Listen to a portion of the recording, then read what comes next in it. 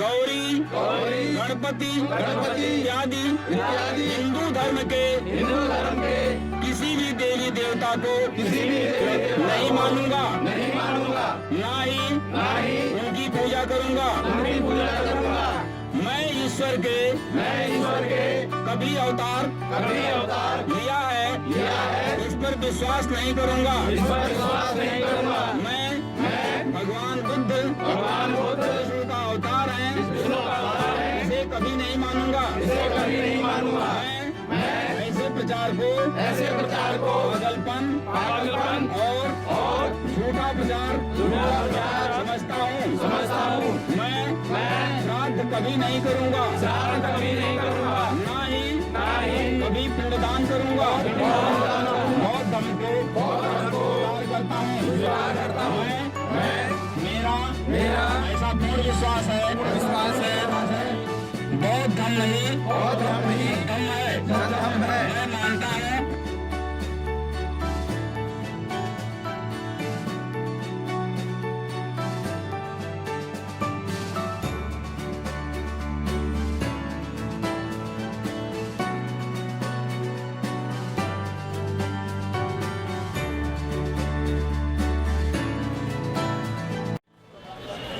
आज के दिन को कैसे याद करते हैं?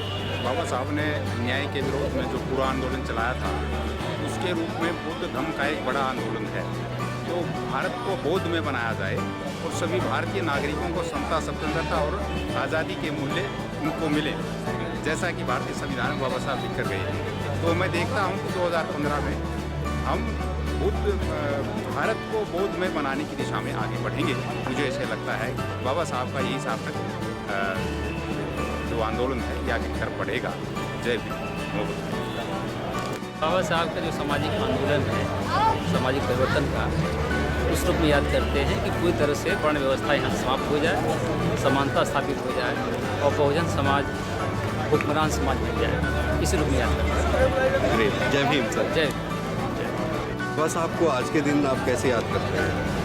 अब बाबा साहब तो वो नाम है जिनको हम हर दिन याद करते हैं, हर एक दिन, साल के हर 365 दिन याद करते हैं। जहाँ तक आज के दिन की बात है तो हाँ, इस दिन का महत्व कुछ अच्छा इसलिए है क्योंकि इसी बहाने हम लोगों के बीच में एक जुटता दिखती है कि ये सोसाइटी एक साथ है। सारे लोग मिल के बाबा साहब को याद करते हैं और उन्होंने जो चीज़ें हमें बताई, सिखाई, उन्होंने जो कहा, जो उनकी अपेक्षाएँ थी हमसे, हम कोशिश करते हैं कि हम उसको फॉलो करें और एक दूसरे को इसके बारे में बताते हैं।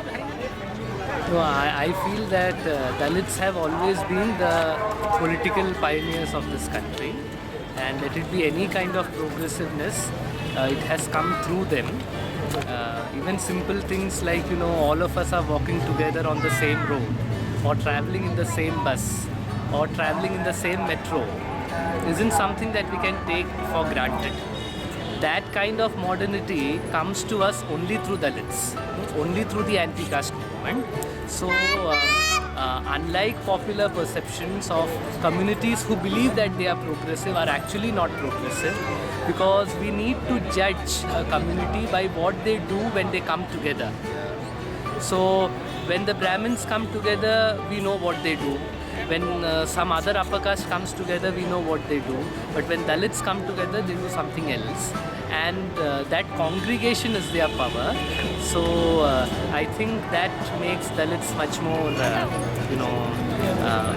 thus they become the political pioneers. They become the crusaders for modernity in this country.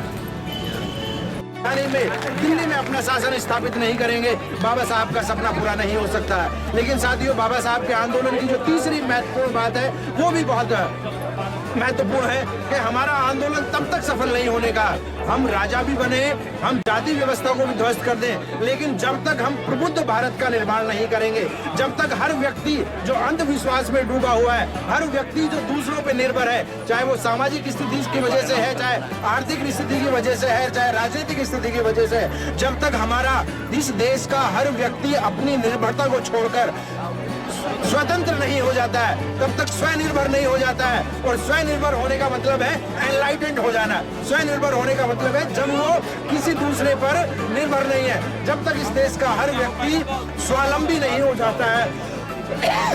और बाबा साहब के शब्दों में प्रबुद्ध नहीं हो जाता है, तब तक हमारा आंदोलन सफल नहीं हो सकता है। इसलिए जाति का विध्वंस, बहुजन समाज के हाथ में सत्ता और उस सत्ता के सहारा प्रबुद्ध भारत का निर्माण, यही बाबा साहब के आंदोलन की सच्ची सीख है, सच्ची विरासत है। और जब तक हम इन मापदंडों को पूरा नहीं करेंगे, बाबा साहब को सच्ची श्रद्धांजलि नहीं दे सकते हैं। इन बातों के साथ ही मैं अपनी बात को समाप्त करता हूँ। जय भीम, नमो बुद्धाय।